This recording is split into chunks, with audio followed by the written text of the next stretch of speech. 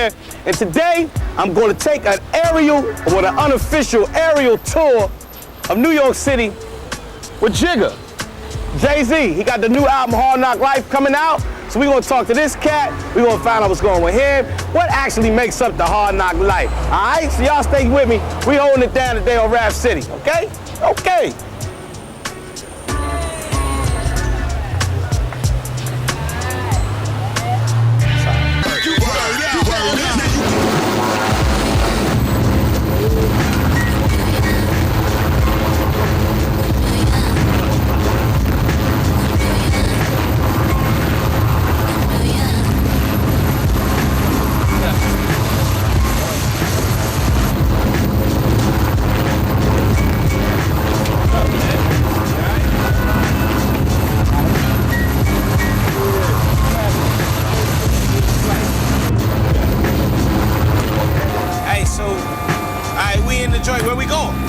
Go over by the Statue of Liberty. We'll go up to Hudson first. Let's do that.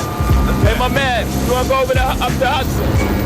The president in town, you can't drive around right now. Exactly. You know? Now, the name of this joint is Volume 2, Hard Knock Life. Yeah. Now, why is your name that? I just wanted to really just get into like all the hardships and all the things that you know you have to go through to get to this point. People think you just wake up and right. you know what I mean, as soon as you get a deal or as soon as you put out a record that you're just successful. You know, that's the biggest myth going on right now. With Volume 2, you know, it was just that life. I was more in terms dealing with the life of everything, you know, at this point. You know what I'm saying? You can't get this point unless you have this, you know what I mean? You have to just cover the whole spectrum. So instead of taking a lifetime and then just going to outer space, we brought it right back to the ghetto, to the hard knock life. To the people. But I feel like I'm a representative for like a whole bunch of people out there, you know, who don't have this forum. You know what I mean? Who may, talk eloquently, but they don't know how to put it in rhyme form. Right. You know what I'm saying? And I just have that talent, you know, to put it in rhyme form and speaking. All I'm doing is taking their words and their conversation, the conversation that I'm having every day, and just putting it in the rhyme form, and just, I'm that voice, I'm that cry from the ghetto. All right, cool. When we come back, we want to talk about your rhyme style, your voice. We want to talk about some movies, some acting. Y'all stay tuned. We hold it down. Well, actually, we flying. Y'all stay tuned. Yeah. Let's see. Some people are saying the heir to the throne. Some people are saying the hottest. Some people are saying the most slept on. Yeah. How do you write these things that come so? How do you write these? I mean, not just how do you come up with it. How do you write it? I stopped writing rhymes like writing them for. I didn't write none of my albums. Actually, I wrote the second verse to Can I Live in the studio. And everything else was just done. Like it just done straight off memory. Like, cause when I was growing up, you know, I was running around so much I didn't really have time to sit and just write and just write and write. You know, as a youngster I wrote all the time. I used to be at the table just writing and writing and writing. But then when I started, teenage years, start running around, I had to memorize, write on a paper bag, stuff it in my pocket, and then, get home to transfer it to the big book. You know what I mean? And then after a while, doing so much of that, it just come exercise to memorize these lines, because most of these lines were coming to me while I was out on the street. Right. You know what I'm saying? And after a while, I just got into a habit of just memorizing it until I get to the studio and just putting it down. So you don't even write these joints down? Nah, not at all. You heard it first on Rap City. You don't even write rhymes. It's just all the ill thing is like it really don't hit you till you get in the studio. Cause I see people and people that they know this. You know what I mean? People that I work with, they know this. But when they get in the studio, it's like, that's crazy. Like when you rhyme and people listen to your rhymes, and I've listened to them time and time again, it's not from a perspective of I'm the baddest MC. It's more like I'ma just say what I say. But for the most part, I'm really just telling a story. For the most part, I'm really just recalling events that happen and things like that. I'm really just trying to represent, you know what I'm saying, that people out there that thing. that need that. Well, look, y'all stay tuned on Rap City. Me and Jay-Z flying around New York, helicopter style. We holding it down on Rap City. We'll be right back. We just went over to G-Dub. Right. That's how you get out in New Jersey. Yeah. Right. Yeah. Jay-Z, do you miss Big, man? No doubt. I mean, I was like, you know, most of the time, like, you know, everybody had their little clique or whatever, and then when it's very rare when your clique and another person clique and everybody just, you know, everybody's cool. You know what I mean? It ain't not just me and Big, right, but Ty and D-Rock and C's and Dane. I mean, everybody really clicked. So that was a unique situation. I miss not only Big, but that whole situation, because that was, you know, me and him, you know, we was the glue for that whole thing. You know what I mean? We still tight for our C's and D-Rock and Kim and everybody, but, you know, that very important part right there, you know what I'm saying? I read, like, after like interviews, and I got to talk to him right before he passed, and he really respected you as an MC. I mean, as far as skills was concerned, everybody be like, well, who do you listen to? He be like, Jay-Z. Yeah. A lot about y'all bounce off each other. Exactly. Was it the same with you? Exactly. You know, you had that one person that you just like, yo, every time you hear a song of his, I remember hearing you shocked you and just going home and just like, man, I gotta zone out. I gotta do something, right? You know what I'm saying? Or you're just that person that just keeps you going, that just drive you to just make new and better things. Right. When we did Brooklyn's Finest together, exactly, that really that set off the whole thing. And I think he if he was saying, you know, he'd be proud of what was going on. Yeah. I think he'd be happy with the progress of the skills, and how you keeping Mike's skills alive. Right. I'm sure of it, you know what I mean? I think about that all the time, like, you know? So, I'm gonna just keep it going, you know what I mean? And then we got a whole, you know what I mean? I'm representing for everybody, but that Brooklyn thing, you just gotta hold it together, you know what I'm saying? It's just that's where we from. You know what I mean? Where I'm from, Marcy, son. Marcy. I feel you. This is a question like everybody would ask. If he was here, what would y'all be doing? We're gonna do a joint. See them Twin Towers? That's me and my man right there. That's just ill that we just go over that right there, right? Y'all the Twin Towers. Yeah, we'd have been doing the commission right now. We'd have been working on the album, because before he passed, you know, we was you know, setting it up. You know what I'm saying? Me and him being a major parts right there, and then just build a team around us and just call it the commission. You know what I mean? Any chance of maybe seeing Jay-Z and Lil C's, or Jay-Z and Kim, or Jay-Z and anybody from their squad? Definitely. Okay. I just did a song with C's the other day, actually. Oh, yeah, so that's happening. You know, Kim, she was on Volume 1. You know, we continue to work together, hopefully, you know.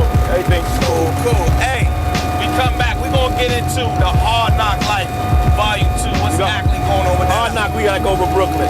All right, cool. Yo, Holmes, you got to take us over Brooklyn. Over Brooklyn. We'll be back on Rap City. Y'all stay tuned. Oh, they're going to Hard Knock. Let's talk about that song. It's a hip-hop song. No doubt. This is it's not even a hybrid. It's straight hip-hop. Yeah. But it's got the little kids in it. Yeah. I'm saying, what made you... It was just like, as soon as I heard that song, like it related to the ghetto so tough. Instead of treat it, we get tricked.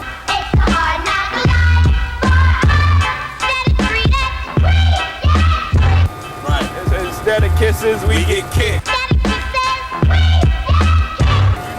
Come on, and they wasn't. And the ill thing about that, they wasn't singing the song like they was upset. They were singing it like smiling, like happy, like yeah. Instead of they don't sound happy. They don't sound like they crying on the record. They sound like they rejoicing. Like amongst all that, they still jump rope and playing ball and playing in the Johnny Pump. You know what I mean? They making the best of their situation. Streets is watching the movie. Yeah, that was another thing that where we went against the whole system. You know what I mean? You know, we got a co-venture with Def Jam, so our partners was telling us, you can't do this movie. So we took our own money. You know what I mean? Put up our own money, made the movie in a week. Put it all together, went platinum. And once again, I knew this was something that the people would like. not. I mean, this is something that they can relate to, and that's all it's about. You know what I mean? Once you give them something that they can relate to, something that they can grasp, and yeah, I did that the other day, or ha, you know what I mean? Something to laugh at, relieve some of that stress or whatever. Right. Future movies? Yeah. Movies in the future? Yeah, definitely. We have a story right now that we still working on. We want to go to the full feature. We going to the big screen with this one. It's about these hustlers in Harlem. It's fashionable. Well, it's not even fashionable. It's just what's happening now. That cats start making their own gear. Yeah. What's up with the Rockefeller or the Jay-Z gear? What's up? Just that, you hip hop not only it's not only music. You know what I'm saying? It's a lifestyle. It's the way you dress and the way you walk and talk, how you wear your hat. You know what I mean? Exactly. You know what I'm saying? So it's only natural. You know what I mean? If you're putting out this good music for you to just, take it to all aspects, you know? Right. Rockefeller Records has been good to me. Like when we came into this business, like we knew we didn't want to do things the typical way. Because we wasn't coming with the typical artist, you know what I'm saying? We wasn't coming with the typical music. So we just wanted to put things in our hands. So if we fail, it's on us. You know what I'm saying? Just where did the idea form before it was fashionable? Right. This is before it was fashionable. Right. To just go in as an MC and with some partners and take what you're making right here and turn it into a business. In the beginning, it was like, okay, we're gonna get a deal. And then, through the frustration of going through the labels and seeing the A&R in that position, like, what are you doing? You in Bentleys every day. You don't know nothing about this music. How could you possibly know what's going on? And seeing the people that was in the A&R position, you're like, nah, something ain't right up there. I can't mess with that. So we was like, boom, we're gonna do a video. But we went to St. Thomas, we did a video. So we like, we did that video ourselves, and we got this buzz, and we got that exposure. Why can't we just do the whole thing ourselves? Why can't we just do a record company? Word. And we was like, yo, let's go. Started out real small, going to the store. I was going to the store myself and dropping $200, $300 worth of records there, leaving on consignment. Come back my little $300 and put it there again. Like we literally was driving our cars going around. Dane would hit the Bronx and Harlem. You know what I mean? I was hitting Brooklyn and Queens. Word. And we just took it from there. You're a pretty successful business person, man. Yeah. You know what I mean? It's you turn it into a legitimate business. Right. And now you're working with the likes of cats like JD. Right. Who also saw opportunity to say, boom, let's make this happen. How do you think big record labels are going to react to cats like that? When it comes that day when we get a little more intricate with it, we go for distribution and things like that.